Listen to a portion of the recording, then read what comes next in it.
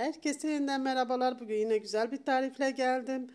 Çok güzel bir pişi tarifi vereceğim. İçinde patatesli, peyniri, maydanozuyla şahane oluyor. Dışı çıtır çıtır, içi yumuşacık. Ve hemen tarife geçiyorum. 2 adet orta boy patatesim var. Haşlanmış patates olmalı. Patatesleri iyice ezdikten sonra bir adet yumurta ekliyorum ve tekrar eziyorum.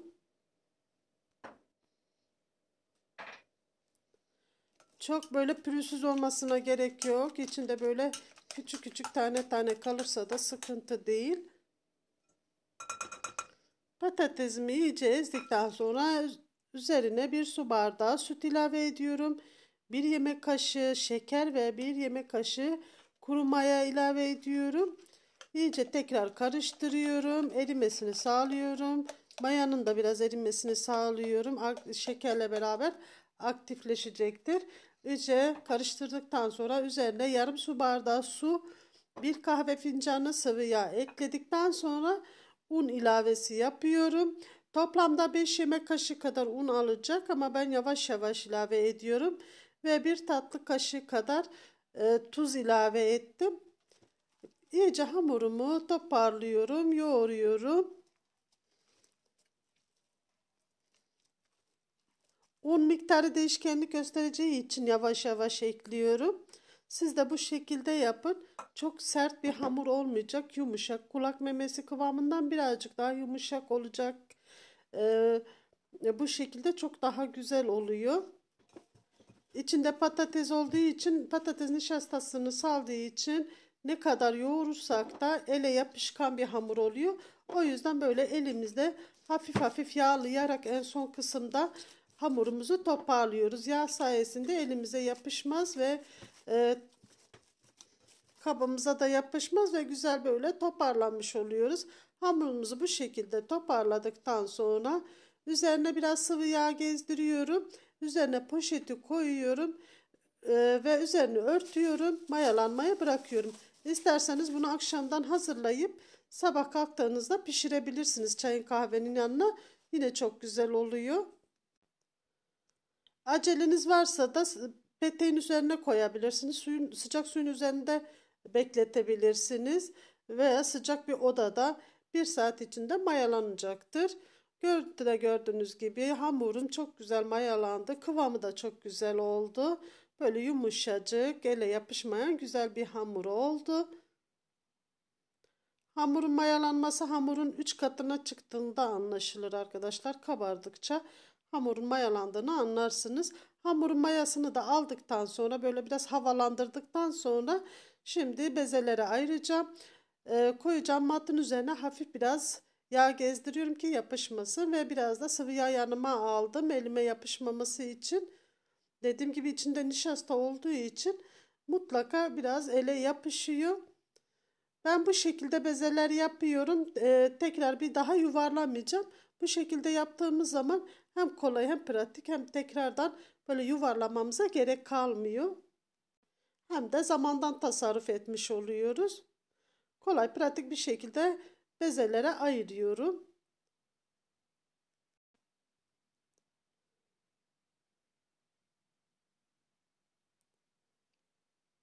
Bütün bezelerimi bu şekilde hazırladım.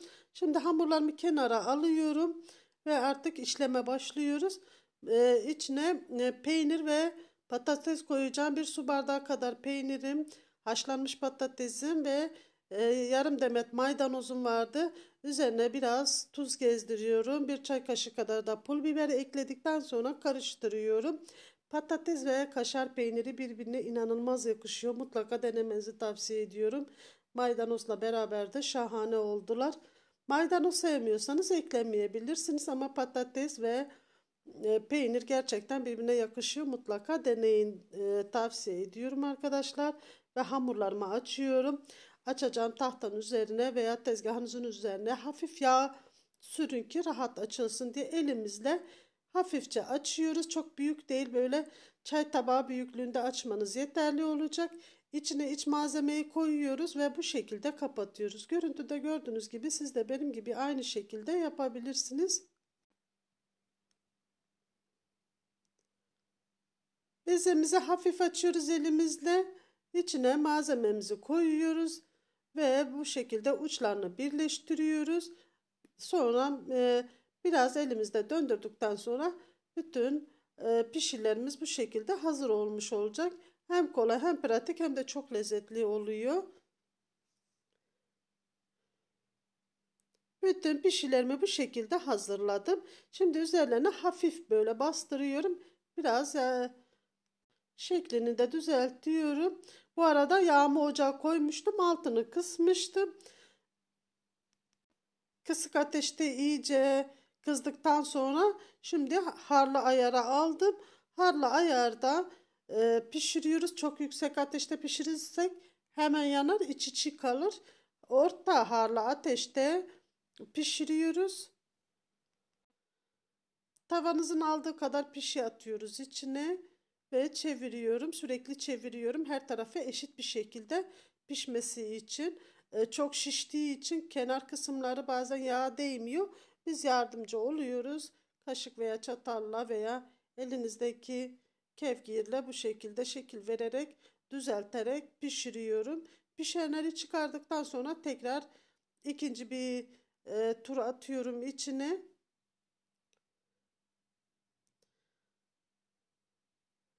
Böyle çeviriyorum. Görüntüde gördüğünüz gibi balon gibi şişiyorlar. Çok güzel şişiyorlar. Şiştiği için kenar kısımları yağ değmediği için güzel pişmiyor.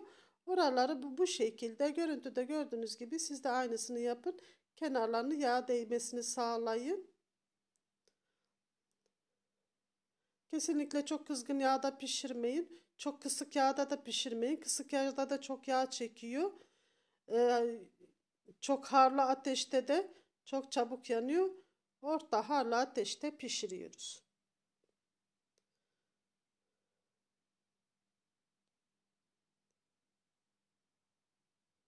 Ve ikinci turu da çıkardıktan sonra diğerlerini atıyorum. Hepsini bu şekilde pişiriyorum.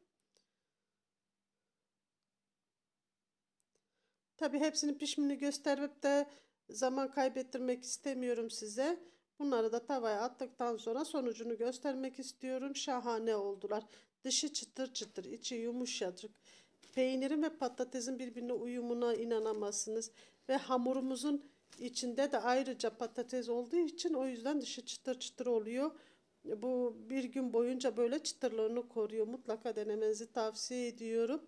Bu şekilde kaldıktan sonra buzdolabı poşetine koyup buzdolabın alt kısmında 2 gün boyunca bekleyebilir. Çıkardıktan sonra fırında ısıtın veya tost makinesinde ısıttın, yine çıtırlığını koruyor. Çok güzel oluyor. Deneyen ve yiyen herkeslere afiyetler, şifalar olsun. Mutlaka kanalıma abone olup zil bildirimi açıp videolarıma yorum ve beğeni yapın. Görüşmek üzere inşallah.